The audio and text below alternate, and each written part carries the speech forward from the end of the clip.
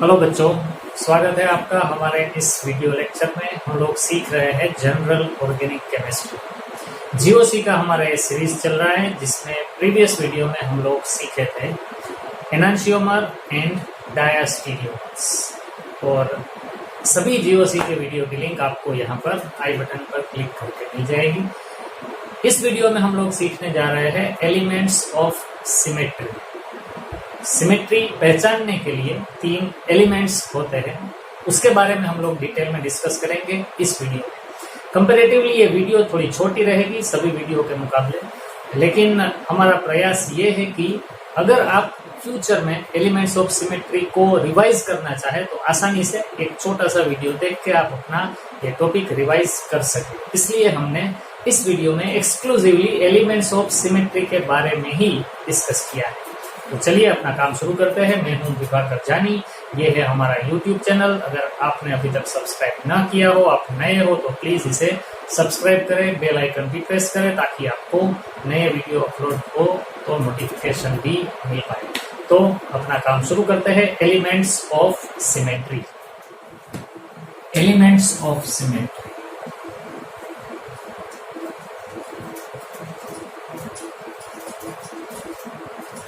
So there are 3 elements of symmetry. To decide whether a molecule is symmetrical or not, we can check 3 different aspects. First is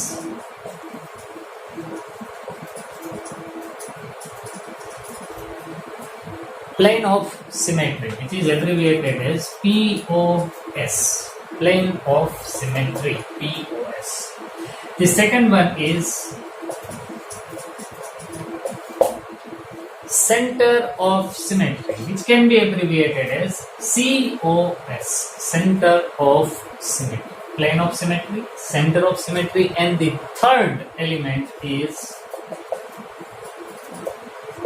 axis of symmetry, can be abbreviated as AOS.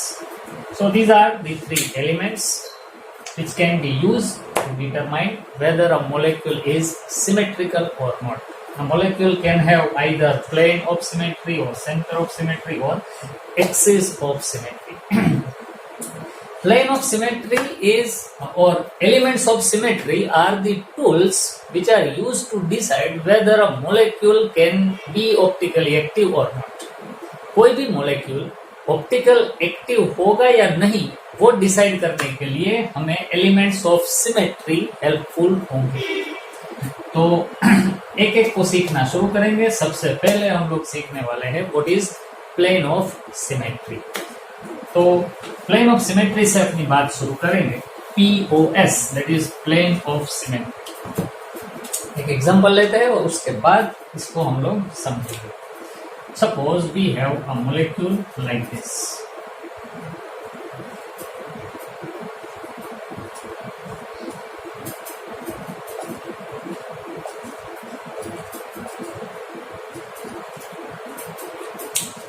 So first of all, if you observe this molecule carefully, then you can imagine there is a plane of symmetry. अगर हम इसको यहाँ से काटे तो ये 2 एकदम बराबर हिस्से में डिवाइड होगा। अगर यहाँ से हम इस मोलेक्यूल को काटे तो ऊपर का आधा हिस्सा और नीचे का आधा हिस्सा एकदम सेम रहेगा। That means the upper half part is the mirror image of the lower half part. That means if a molecule is having a plane of symmetry, that means it has 2 halves which are mirror images of each other. And such molecules are known as mesomolecules. So कोई भी molecule में अगर plane of symmetry हो तो उसे मेजो कहा जाएगा, और प्लेन ऑफ सिमेट्री होने के कारण ये मेजो कंपाउंड्स ऑप्टिकली इनएक्टिव बनेंगे। हाँ, यहाँ पर कायरल सेंटर मौजूद है, फिर भी ये ऑप्टिकली इनएक्टिव होंगे। अगर कोई भी मॉलिक्यूल में 3 में से एक भी एलिमेंट ऑफ सिमेट्री अगर प्रेजेंट है तो वो मोलेक्यूल ऑप्टिकली इनएक्टिव कहलाया जाएगा। ये बात बराबर याद रखिएगा। अगर तीनों एलिमेंट्स ऑफ सिमेट्री में से यानी कि plane of symmetry, centre of symmetry और एक्सिस ऑफ सिमेट्री, तीन में से कोई भी अगर प्रेजेंट हो कोई मोलेक्यूल में, तो वो मोलेक्यूल कायरल सेंटर भले ही अपने पास हो फिर भी वो ऑप्टिकली इनएक्टिव होगा। सो whether a compound is optically active or optically inactive, that can be decided on the basis of elements of symmetry. So यहाँ पर इस molecule में there can be a plane, because of that this molecule is having two halves which are mirror images of each other, and because of the presence of plane of symmetry, such molecule is optically active in spite of having chiral centers, and such molecules are known as meso. एक और example देखते हैं। अगर कोई कहे कि यहाँ पर हमने ये बॉन्ड में से प्लेन ऑफ सिमेट्री निकाला, लेकिन इस तरह का भी स्ट्रक्चर हो सकता है।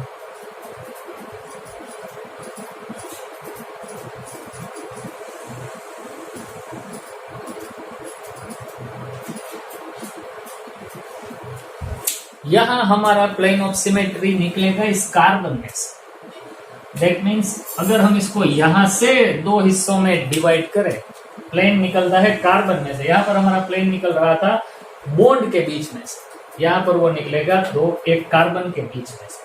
तो प्लेन ऑफ सिमेट्री यहां पर भी हमें मिल रहा है, दो हाफ पोर्शंस एक दूसरे की मिरर इमेजेस बन रहे हैं। therefore this molecule is also having a plane of symmetry and therefore it is known as meso compound. अगर आपको ऐसा भी कंफ्यूजन हो कि यहाँ पर जो कार्बन प्लेन ऑफ सिमेट्री जिसमें से पास हो रहा था उसके साथ दोनों सेम फंक्शनल ग्रुप हाइड्रोजन जुड़े हैं, अगर दोनों अलग अलग हो तो दैट मीन्स मैं आपको ये दिखाने जा रहा हूं कि इस मॉलिक्यूल में दो कायरल सेंटर है और एक प्लेन ऑफ सिमेट्री था। प्लेन ऑफ सिमेट्री कार्बन के थ्रू निकल रहा था।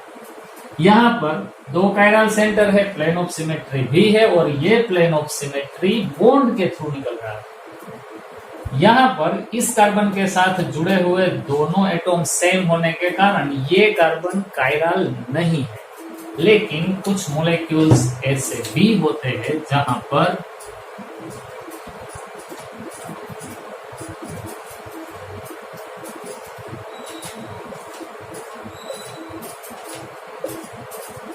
here we have three chiral centers. All these three carbons are asymmetric because here अगर आप इस मिडिल वाले कार्बन को ध्यान से देखें तो इसके साथ जुड़े हुए दोनों फंक्शनल ग्रुप डिफरेंट है, ये दो तो डिफरेंट है ही।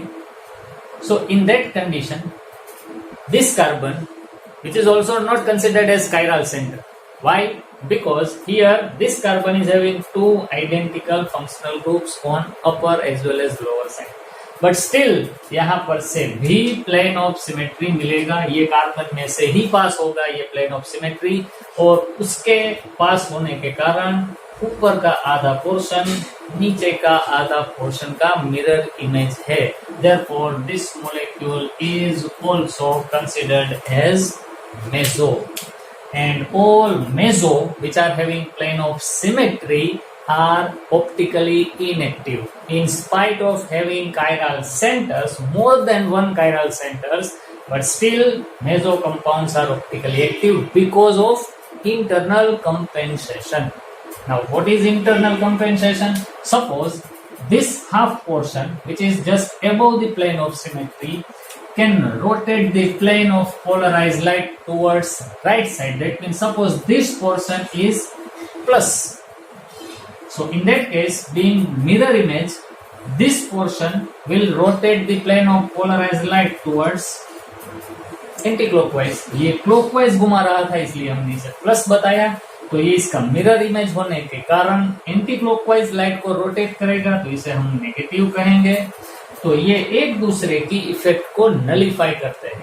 देयरफॉर कायरल सेंटर होने के बावजूद भी meso compounds are optically active. They are not able to rotate the plane of polarized light because आधा हिस्सा अगर लाइट को एक और रोटेट करना चाहता है तो दूसरा आधा हिस्सा लाइट को उसके ऑपोजिट रोटेट करेगा और इंटरनल कंपेंसेशन के कारण ये मॉलिक्यूल लाइट को, पोलराइज लाइट को एक भी और रोटेट नहीं कर पाएगा।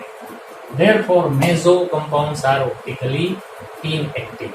So, अगर कोई कंपाउंड में कायरल सेंटर है तो इसका मतलब ये नहीं है कि वो ऑप्टिकली एक्टिव ही होगा, क्योंकि कायरल सेंटर हो और प्लेन ऑफ सिमेट्री भी हो तो वो कंपाउंड कहा जाएगा मेसो, और meso compounds are optically inactive.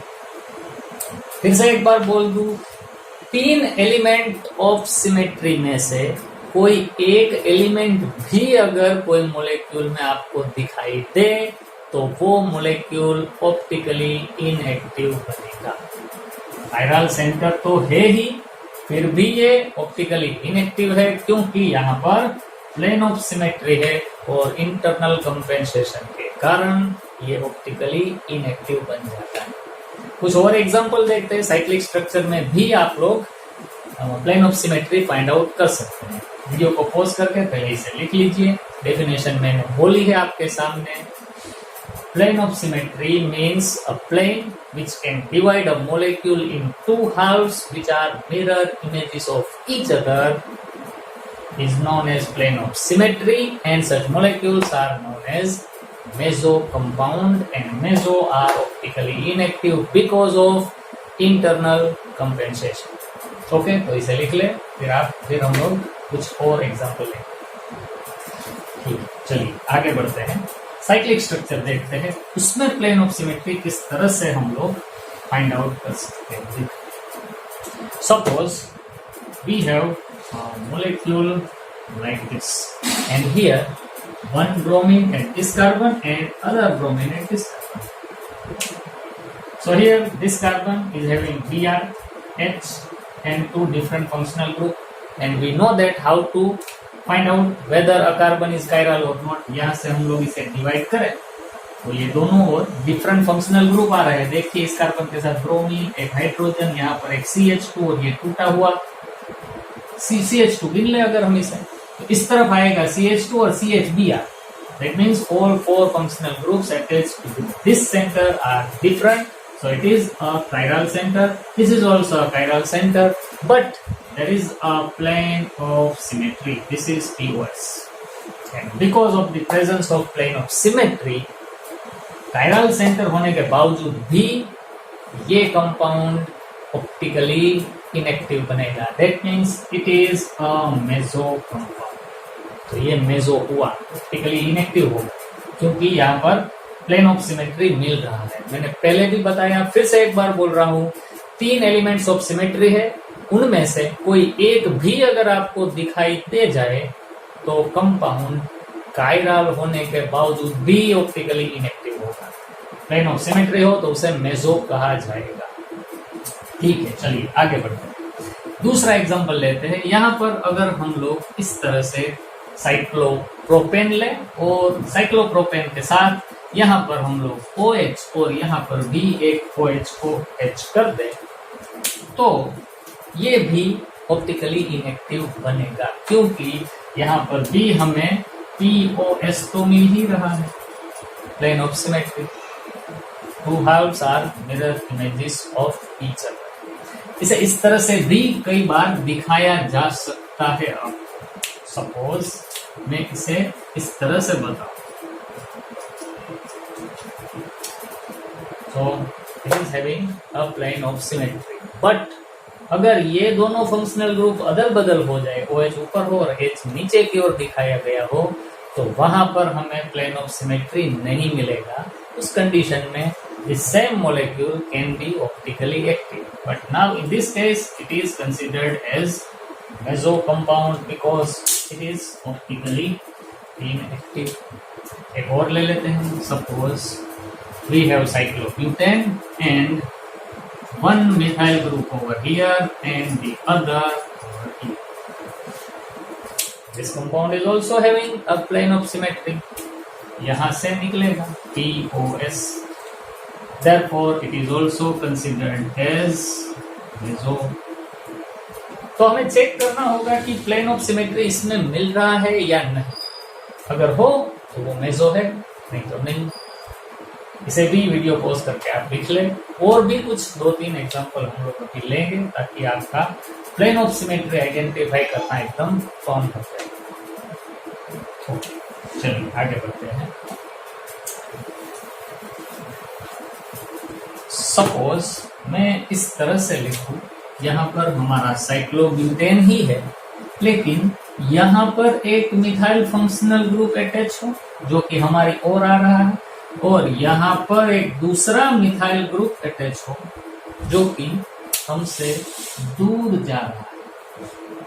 तो यहाँ पर भी हमें प्लेन ऑफ सिमेट्री मिलेगा। क्यों? यहां से डिवाइड करूं तब तो नहीं मिलेगा, यहां से डिवाइड करूं तब भी नहीं मिलेगा, लेकिन अगर मैं इसे यहां से डिवाइड करूं, this is plane of symmetry. यहां से डिवाइड करूं तो दोनों ओर के फंक्शनल ग्रुप्स सेम बनते हैं, they are mirror images of each other. That means this molecule is also having a plane of symmetry, so it is also considered as meso compound. चलिए एक और एग्जांपल लेते हैं। Suppose we have cyclohexane. There is one methyl functional group and there are 2 methyl functional groups at this position. चलिए अब यहाँ पर हमें देखना है कि ये मोलेक्यूल पहले तो कायरल सेंटर वाला है कि नहीं। 3 कायरल सेंटर हमें यहाँ पर दिखाई देंगे। यहाँ से देखें तो ना 2 ही दिखाई देंगे, एक, और यहाँ से हम देखें तो 2 ही। ये कायरल सेंटर नहीं बनेगा क्योंकि अगर इसे यहाँ से डिवाइड करें तो दोनों पोर्शन सेम बनते हैं। लेकिन इसमें प्लेन ऑफ सिमेट्री है कि नहीं, अभी मैंने बताया कि अगर मैं इसे यहाँ से डिवाइड करूं so we can have 2 halves which are mirror images of each other, so it is a plane of symmetry, and because of having plane of symmetry this compound is also considered as meso compound। plane of symmetry होने के कारण ये meso बनेगा। यहाँ पर ध्यान से देखिएगा, एक फंक्शनल ग्रुप हमारी ओर आ रहा है, 2 हमसे दूर जा रहे हैं। लेकिन अगर कोई इस तरह से बताए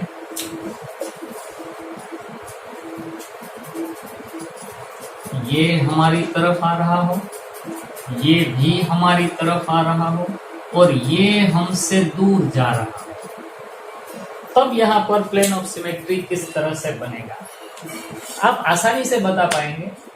सेम इस तरह का ही है, यहां से हमें प्लेन ऑफ सिमेट्री मिलेगा।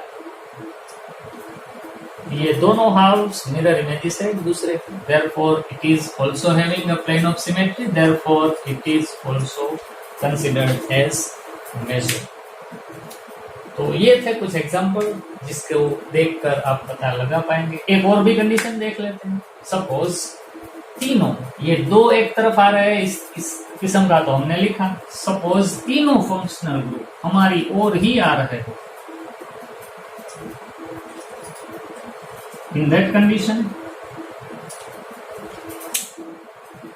ये तो प्लेन ऑफ सिमेट्री मिलेगा ही, लेकिन ये भी प्लेन ऑफ सिमेट्री होगा और ये भी प्लेन ऑफ सिमेट्री होगा। That means in this molecule there are total 3 plane of symmetry. एक प्लेन ऑफ सिमेट्री हो तो भी काफी है मेसो बनने के लिए, लेकिन यहाँ पर तो 3 प्लेन ऑफ सिमेट्री बनेंगे, therefore it is also considered as meso compound. तो एलिमेंट ऑफ सिमेट्री में से ये था पहला प्लेन ऑफ सिमेट्री।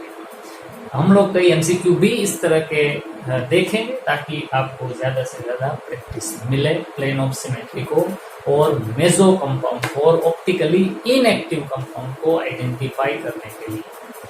चलिए अब दूसरा एलिमेंट डिस्कस करते हैं, वो है centre of symmetry.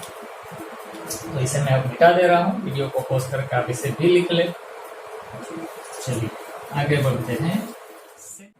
Second element, centre of symmetry.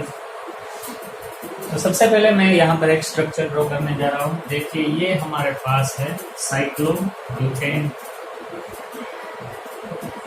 and this cyclobutane is having different functional groups at all different carbons. Suppose यहाँ पर H है, यहाँ पर Br, यहाँ पर हम लोग Br रखेंगे, यहाँ पर H रख देते हैं, यहाँ पर मिथाइल रखेंगे, यहाँ पर OH, यहाँ पर OH और यहाँ पर। अब देखिए मैं क्या करने जा रहा हूँ, मैं यहाँ से एक स्ट्रेट लाइन ड्रॉ करूंगा हाइड्रोजन से दूसरे हाइड्रोजन, और वो स्ट्रेट लाइन हमारे सेंटर में से पास हो रही है इस तरह से। एक और स्ट्रेट लाइन इस ब्रोमीन से इस ब्रोमीन तक मैं ड्रॉ करूंगा, वो भी सेंटर से ही पास हो रही है। That means two identical atoms, if we connect them by a straight line, then such line is passed through the center of this molecule. Again, this CH3 and this CH3, if we connect both this CH3, then the line will pass through the center of the molecule. And here also from this OH to that OH, line passed through the center of the molecule.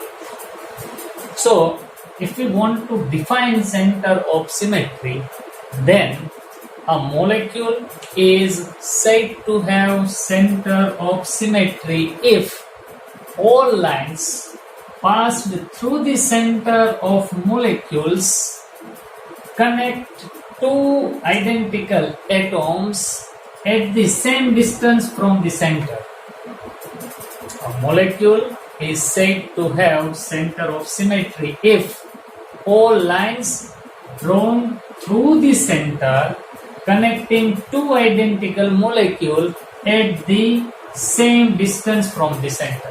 अगर दो same और identical atom को connect करती हुई line centre के बीच में से पास हो रही हो और सेंटर से दोनों ही आइडेंटिकल एटम सेम डिस्टेंस पर हो, तभी इस मॉलिक्यूल के पास सेंटर ऑफ सिमेट्री है, ऐसा कहा जाएगा। And if a molecule is having center of symmetry, then such molecule is optically inactive. That means such molecule is also considered as meso. मैंने अभी थोड़ी देर पहले भी आपको बताया कि तीन में से अगर एक भी एलिमेंट ऑफ सिमेट्री आपको प्रेजेंट दिखाई दे, तब वो मॉलिक्यूल मेसो बनेगा। एक और एग्जांपल लेते हैं। सपोज हमारे पास यहाँ पर है एक कार्बन, इसके साथ एक मिथाइल फंक्शनल ग्रुप अटैच्ड है, यहाँ पर एक हाइड्रोजन और यहाँ पर एक क्लोरीन।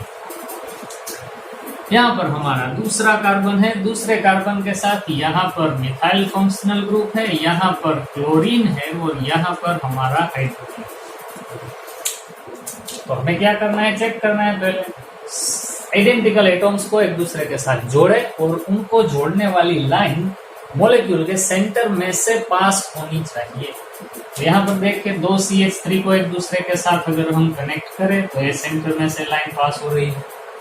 दोनों क्लोरीन को एक दूसरे के साथ जोड़ने वाली लाइन भी सेंटर के थ्रू ही जा रही है और दोनों हाइड्रोजन को एक दूसरे के साथ जोड़ने वाली लाइन भी सेंटर के थ्रू ही जा रही है। That means this molecule is also having center of symmetry, and as it has center of symmetry, it is also considered as meso compound, and meso are optically inactive compounds. So अगर center of symmetry present है तो वो optically inactive बनेगा। फिर से एक बार, a molecule is said to have center of symmetry if all, remember the word all, if all lines drawn through the center connecting two identical atoms or functional groups at the same distance from the center are considered as meso compound, or such compound are having center of symmetry. A molecule is said to have center of symmetry if all lines drawn through the center connecting identical atoms or molecules at the same distance from the center.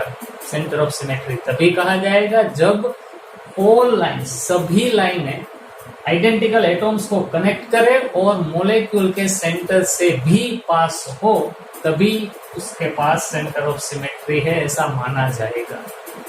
और centre of symmetry वाले सभी meso भी कहे जाते हैं। एक और example भी ले लेते हैं। इस वीडियो को पॉज करके आप ये दो भी स्ट्रक्चर को कर लीजिए। और डेफिनेशन मैंने 2-3 बार रिपीट की क्योंकि यहाँ पर जगह कम है, सो मैं लिख नहीं सकता। आप सुन के अपने नोट में लिख लीजिएगा। ठीक है, चलिए एक और एग्जांपल लेते हैं। अगर हम यहाँ पर एक हमारा कार्बन रखें, इस कार्बन के साथ यहाँ पर COOH फंक्शनल ग्रुप रखे, यहाँ पर एक H रखे और यहाँ पर हम लोग रखेंगे OH। अब आपको पता है ये H हमसे दूर जा रहा है जबकि ये OH हमारी ओर आ रहा है। यहाँ पर हमारा दूसरा कार्बन रखते हैं, यहाँ पर इस जगह पर COOH रखते हैं। यहाँ पर हम लोग ये दोनों ही ड्रॉ करने के लिए आप कोई भी टेक्निक यूज कर सकते हैं। सपोज मैं अब यहाँ पर इस जगह पर ये रखता हूँ, इस जगह पर मैं रखूंगा OH और यहाँ पर रखूंगा मैं H। तो हमें चेक करना है, पहले एक दिमाग में ये पूरा स्ट्रक्चर ले आए। यहाँ पर ये दोनों कार्बन है, दोनों के साथ एक एक COOH अटैच्ड है। अगर हम इन दोनों को एक दूसरे से जोड़ने की कोशिश करें तो ये लाइन मॉलिक्यूल के सेंटर के थ्रू पास हो रही है। तो ये तो एक लाइन तो हमें इस तरह से मिल ही गई जो कि सेंटर से पास हो रही है। अब इनके बारे में जरा ध्यान दीजिएगा, ये हमारी ओर आ रहा है, that means this OH functional group is coming from the surface of this white board, while this OH is going away from us inside the ball, अंदर जा रहा है। That means एक OH हमारी ओर, एक OH हमसे दूर जा रहा है। और अब हम यहाँ से एक लाइन OH से कनेक्ट होती हुई लाइन दूसरे OH तक हम ड्रॉ करें इसके पीछे जो कि ये है, तो वो भी सेंटर ऑफ मॉलिक्यूल से पास हो रही है। इस तरह से हमें सोचना पड़ेगा। यहाँ पर आप ड्रॉ करके नहीं दिखा पाएंगे, आपको इमेजिन करना पड़ेगा। और यहाँ पर ये H जो कि हमसे दूर है और ये H हमारी ओर आ रहा है, तो हमसे दूर वाले H से हमारी ओर आ रहे H तक अगर हम लाइन ड्रॉ करें तो वो भी मॉलिक्यूल के सेंटर में से ही पास होगी। That means this molecule is also having all lines passed through the center of molecule and those lines are connecting identical atoms or molecules or functional groups. That means this is also center of symmetry and in that case this molecule is also considered as meso. तो ये बात clear कर लीजिए आप कि meso होने के लिए या तो हमारे पास प्लेन ऑफ सिमेट्री होना चाहिए या तो हमारे पास सेंटर ऑफ सिमेट्री होना चाहिए। और सेंटर ऑफ सिमेट्री होने के लिए कंडीशन है ऑल लाइंस, कोई एक लाइन अगर पास हो और दूसरी सेंटर में से पास ना हो रही हो और सेंटर में से पास हो लेकिन आइडेंटिकल एटॉम्स को कनेक्ट ना कर रही हो, तब उस कंडीशन में उस कंपाउंड को मेसो नहीं कहा जाएगा। वहां पर सेंटर ऑफ सिमेट्री भी नहीं है, ऐसा हमें हम लोगों को मानना पड़ेगा।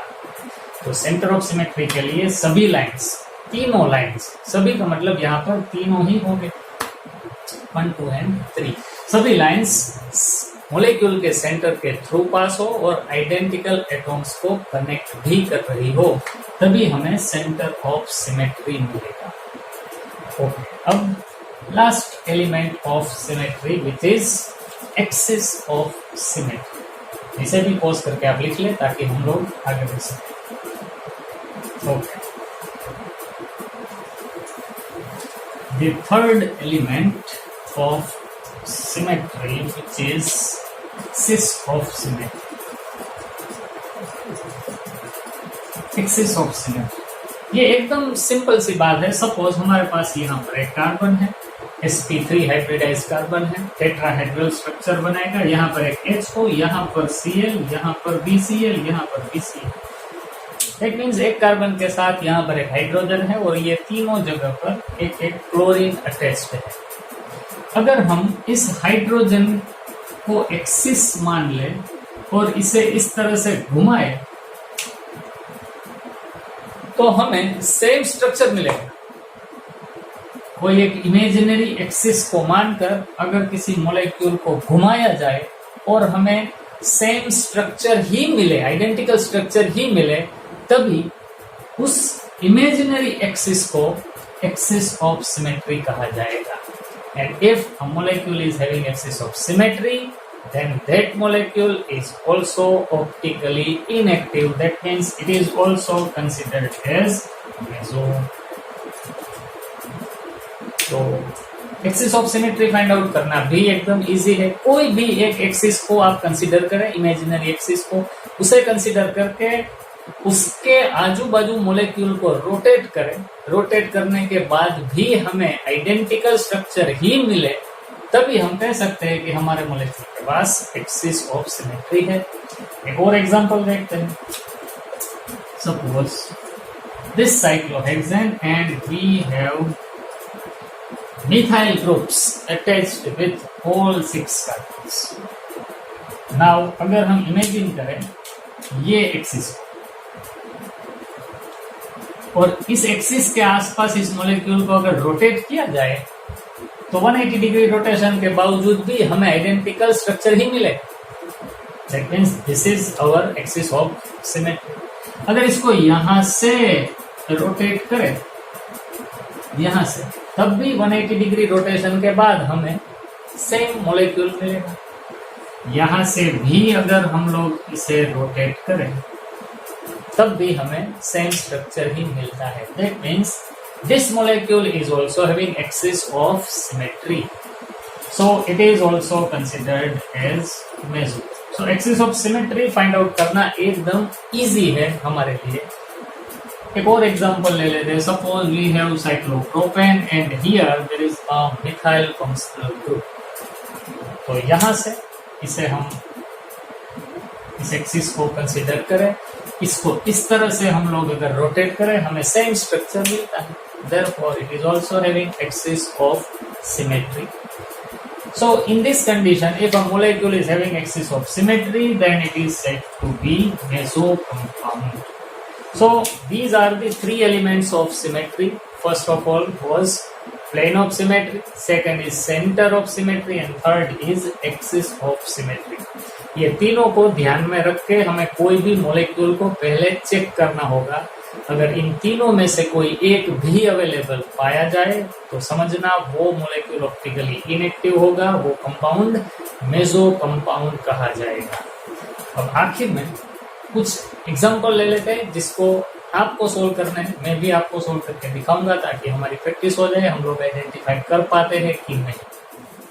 ओके बच्चों, तो आपके सामने कुछ स्ट्रक्चर्स हैं। क्वेश्चन है which of the following compounds are optically inactive. That means we are asked to find optically inactive compounds.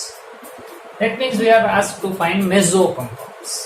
तो इसे आइडेंटिफाई करने के लिए हम लोगों ने अभी सीखा एलिमेंट्स ऑफ सिमेट्री हमें चेक करने हैं। चलिए पहले मॉलिक्यूल से स्टार्ट करते हैं। स्ट्रक्चर ए में अगर पहली नजर में हम लोग देखें तो हमें ये थोड़ा विचित्र लगेगा, लेकिन इसे इस तरह से हम देखें तो यहाँ से एक प्लेन ऑफ सिमेट्री बनता है। ये this is the plane of symmetry. ये कार्बन के दोनों पास वाले कार्बन के साथ जुड़े हुए फंक्शनल ग्रुप्स सेम बनते हैं। अगर मैं इसको इस तरह से लिख के आपको बताऊं तभी आपको आसानी से पता लग जाएगा। This is the plane of symmetry. इस तरह से ही हमें दिखाया गया। तो it is having one plane of symmetry, therefore it is a meso compound, so it is optically inactive. जो भी optically inactive होगा उसके बाजू में हम लोग meso लिखेंगे। तो ये optically inactive है। ये A हमारा स्ट्रक्चर optically inactive बनता है। अब B को देखते हैं। आप भी वीडियो को पॉज करके खुद से पहले ट्राई कीजिए। मैं तो सोल्व करवा ही रहा हूँ, लेकिन मुझसे पहले आप अपना आंसर लाके दिखाइए। अगर मैं इसे चेक करूं तो यहां से अगर इस मॉलिक्यूल को यहां से डिवाइड किया जाए तो हमें प्लेन ऑफ सिमेट्री मिलता है। और this is also said to have an axis of symmetry because यहां से इसको रोटेट करें तो हमें सेम स्ट्रक्चर मिलता है दूसरी ओर भी। So this is also having plane of symmetry. That means it is a meso compound. अब इस मोलेक्यूल को ध्यान से देखिए। यहाँ पर अगर हम किसी कार्बन से भी डिवाइड करना चाहे तो दोनों हिस्से आइडेंटिकल नहीं बनते। अगर यहाँ से डिवाइड करूं तब भी नहीं बनेंगे। कोई भी कार्बन यहाँ पर हमें ऐसा नहीं मिलेगा कि जहां से हमें प्लेन ऑफ सिमेट्री या तो फिर एक्सिस ऑफ सिमेट्री मिले, ऐसा इसमें कुछ नहीं है। That means this can not be optically inactive, this compound is optically active. So see तो हमारा आंसर नहीं बनेगा क्योंकि वो ऑप्टिकली एक्टिव है।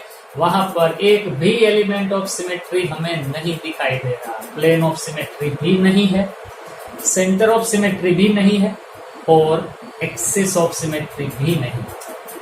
ओके, अब ये डी स्ट्रक्चर को देखते हैं। यहां पर ध्यान रखना, थोड़ा कंफ्यूजिंग होगा आपके लिए। पहले सीधे साधे इस तरह से हम देखें कि यहाँ पर दो कार्बन की बात है, एक इथाइल ग्रुप यहाँ पर है, एक इथाइल ग्रुप यहाँ पर है, OH और H भी कनेक्टेड है। यहाँ पर हम लोग देखें तो ये OH भी हमसे दूर है, इसका OH भी हमसे दूर ही जा रहा है। दैट मीन्स इसमें अगर हम सेम OH को एक दूसरे के साथ कनेक्ट करने की कोशिश करें, सपोज ये एक OH और ये दूसरा OH, दोनों आपसे दूर ही जा रहे हैं और दोनों को अगर हम अटैच करना चाहे तो उसको अटैच करने वाली लाइन मोलेक्यूल के सेंटर के थ्रू पास नहीं हो रही।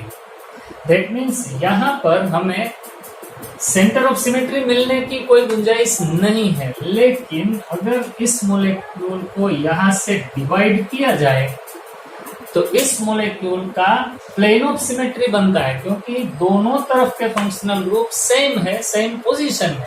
सो it is also having plane of symmetry and because it has plane of symmetry it is optically inactive, that means it is meso।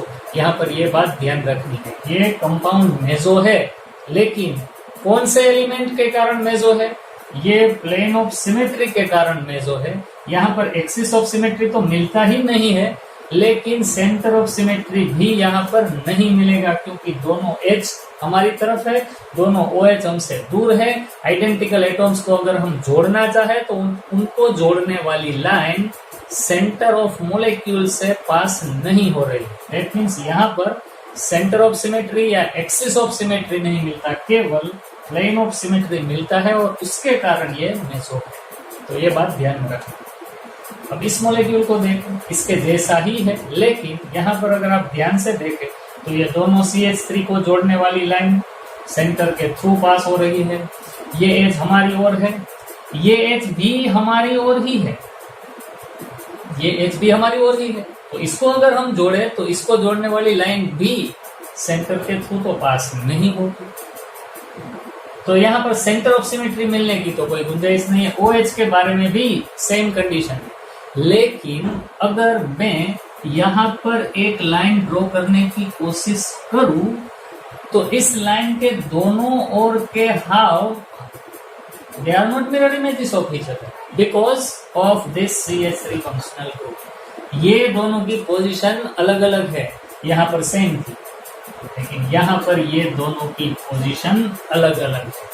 Therefore, this molecule doesn't have center of symmetry, it doesn't have plane of symmetry और axis of symmetry की तो बात ही नहीं की जा सकती यहाँ पर, क्योंकि यहाँ पर एक भी ऐसी एक्सिस नहीं है जिसको घुमाकर हम लोग फिर से वही मोलेक्यूल ऑब्टेन कर सकें। तो this molecule doesn't have any element of symmetry, that's why it is not meso, that means it is optically active.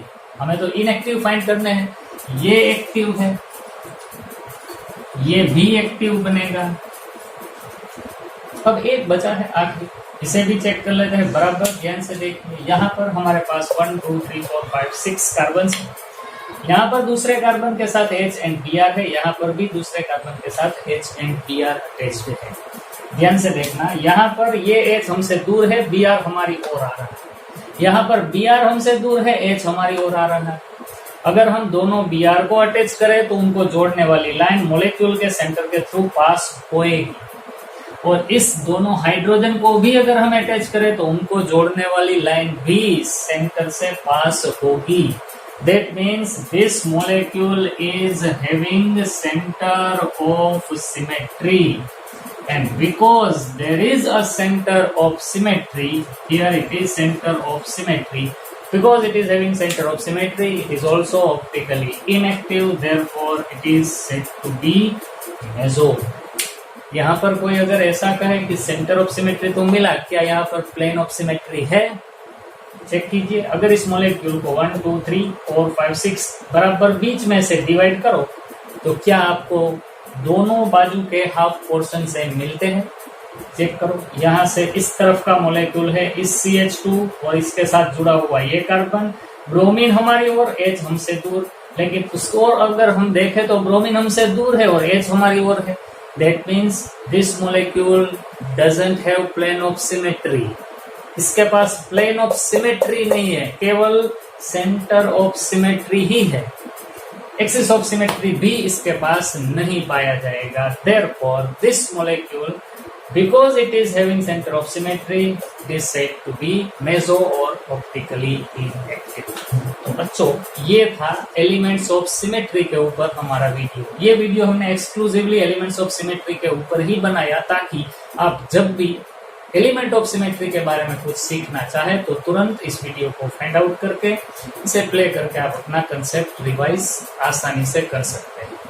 तो अगर आपको वीडियो पसंद आया हो तो लाइक बटन जरूर दबाएं, अपने फ्रेंड्स के बीच इसे शेयर भी करें। ये हमारा चैनल अभी तक अगर आपने सब्सक्राइब ना किया हो तो प्लीज़ इसे सब्सक्राइब भी करें और बेल आइकन भी प्रेस करें ताकि आपको नोटिफिकेशन मिलते रहे। तो आगे के वीडियो में हम लोग ऑप्टिकल आइसोमरिज्म में ही इसके आगे जो वीडियो बनेंगे उसमें हम लोग डिस्कस करने वाले हैं RS सिस्टम ऑफ नोमेनक्लेचर। उसके बारे में हम लोग डिटेल में स्टडी करेंगे नेक्स्ट वीडियो में। इस वीडियो के लिए केवल इतना ही। अपनी प्रिपरेशन जारी रखें और मैक्सिमम प्रैक्टिस करें, कंसेप्ट को ज़्यादा से ज़्यादा क्लियर रखें अपने दिमाग में ताकि आप आसानी से सभी चीज़ें को क्रैक कर सकें, MCQ के भी आंसर दे सकें। Okay, that's all for today.